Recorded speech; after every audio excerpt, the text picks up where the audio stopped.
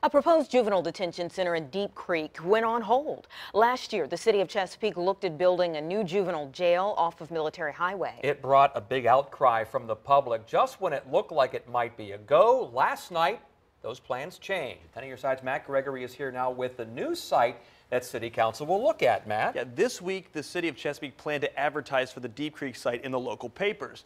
But last night, something changed and a new site emerged.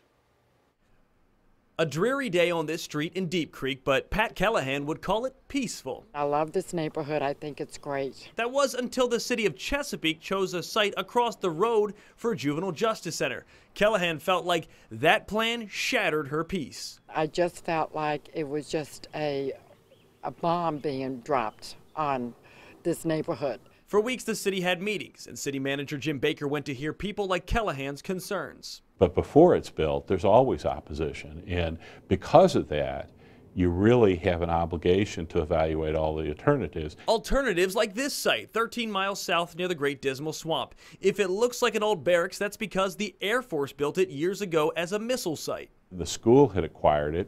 Don't know exactly when or what the purpose was. They were using it for an alternative school up until a number of years, several years ago, and then they no longer use it either. It wasn't an option because no water line runs to it, and it would cost millions to put one there. But this year, the city looked at running a water line down to the area to help with development, and that changed everything.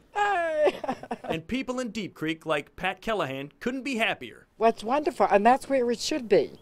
You know, just like where it was before. Wednesday night, the city started looking at plans for the old school site and pulled down the June consideration plans for Deep Creek. But Baker expects the same reaction from these neighbors as well. One of the things we'll have to do is have another community meeting in this area to make sure that we get input from those folks as well. I doubt whether they'll be thrilled either. It's an old school site that could see young people brought here again.